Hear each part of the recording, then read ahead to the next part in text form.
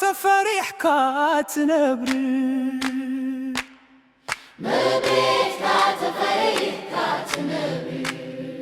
መንሞሎ ከማኻ ዝህብር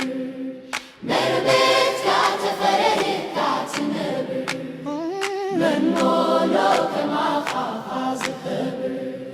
ሰማያት ክብርኻ ይነግሩ ተፈር ምድሪ ስራሕካ የውሩ ንስኻ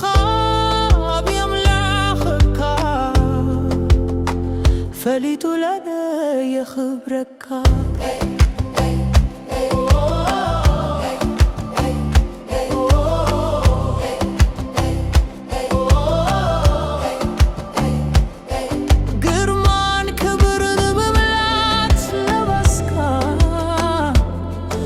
ዘይቕረር ብርሃናት ዘለኻ ኣምላኸይ ኣብ ኣምላኽካ ፈሊጡ ለግሎ ይግዝአካ ፈሊጡ ለግሎ ይግዝአካ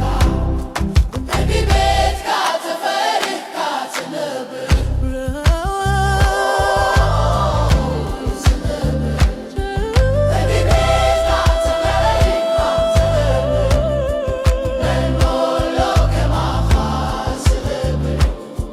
ካብ ስሚከይ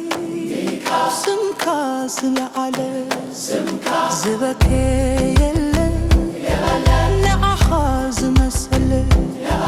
ክሳብ ሕጂ ተኸቢርካ ዘለኻ